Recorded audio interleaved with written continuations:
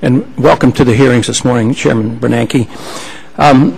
Obviously, the world, and especially we in this country, have come to realize that we're facing a financial crisis, and I think very clearly it is worldwide.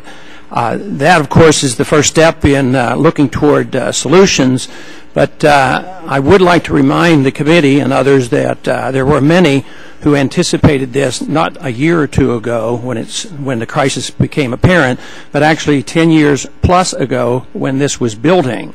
The problem obviously is the major problem is obviously in the subprime market, but you know, in one particular decade there was actually an increase in $8 trillion worth of value in our homes, and people interpreted this as real value, and $3 trillion was taken out and spent. So we do live in an age which is pushed by excessive credit, and I think that is where our real culprit is.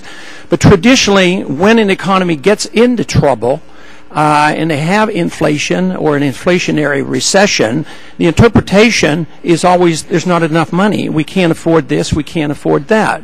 And the politics and the emotions are designed to continue to do the same thing that was wrong, that caused our problem in the first place. That is, it looks like we don't have enough money. So what does the Congress do? They appropriate $170 billion and they push it out into the economy and think that's going to solve the problem. We don't have $170 billion, but that doesn't matter. We can borrow it or we can print it if we need be. But then again, the financial sector puts pressure on the Fed to say, well, there's not enough credit. What we need to do is expand the credit. But what have we been doing for the past 2 years? You know, it used to be that we had a measurement of the total money supply, which I found rather fascinating, and still a lot of people believe it's a worthwhile figure to look at, and that is the M3.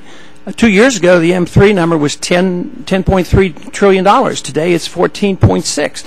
Just in 2 years, there's been an increase in the total money supply of $4.3 trillion. Well, obviously, if you pump that much money into the economy and we're not producing, but the money we spend comes out of borrowed money against houses where the housing prices are going down, and that's interpreted increasing our GDP, I mean, it just doesn't make any sense to come back and put more pressure on the Congress and on the Fed to say what we need is more inflation. Inflation is the problem. That has caused the distortion, that has caused the malinvestment, and that is why the market is demanding the correction in the malinvestment and the excessive debt, which is not market driven.